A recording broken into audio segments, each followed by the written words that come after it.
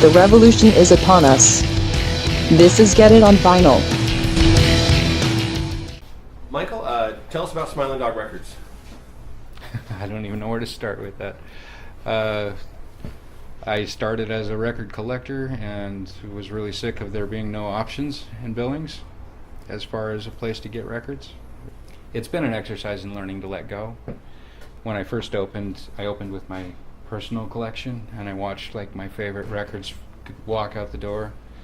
But I also watched the joy on my customers' faces that I can't believe I found this. And so I've learned to let things go, but I've also learned that I always have like 10,000 records in my collection. I may not have that one today, but tomorrow I'll have something different, and it's always changing. So when they come in, I try to listen to the ones I've never heard before they go back out. Records are like a time machine, and you can come into a record store and start flipping through, and it'll take you back to wherever and whenever, and it'll start jarring memories. And I love to sit in here and just watch people's faces as somebody can walk in here sad and then start flipping through records, and I can see them suddenly smile because they're remembering something. And that's one of the coolest parts. The social interaction is great,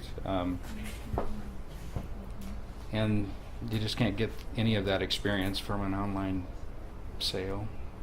I've always been a musician and a songwriter, and I've always wanted to work in music, and I've worked in all sorts of areas in music, from stagehand and lighting to sound or playing or radio DJ, recording studio. I've worked in almost every little aspect you can. So I feel like I've trained my whole life for it. And all my useless, trivial knowledge is suddenly useful. But yeah, I didn't really expect to, but it beats the hell out of roofing. Yeah, there's more money to be made on used records than new records, as it turns out. There's not really much of a profit margin from what I can buy a record new and what I can sell it for. But every once in a while you'll get lucky buying a collection and find some gem in there that makes the whole collection worthwhile. Sure.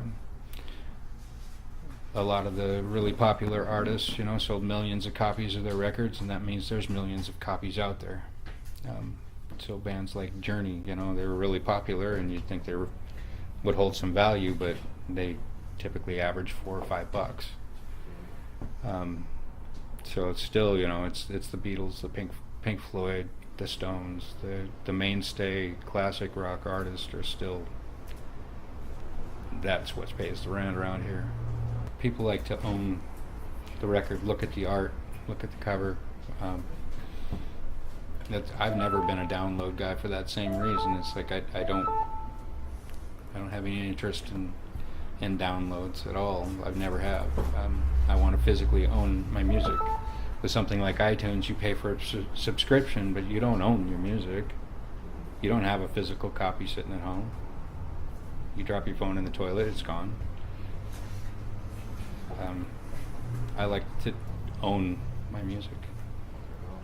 You pay for it and you own it.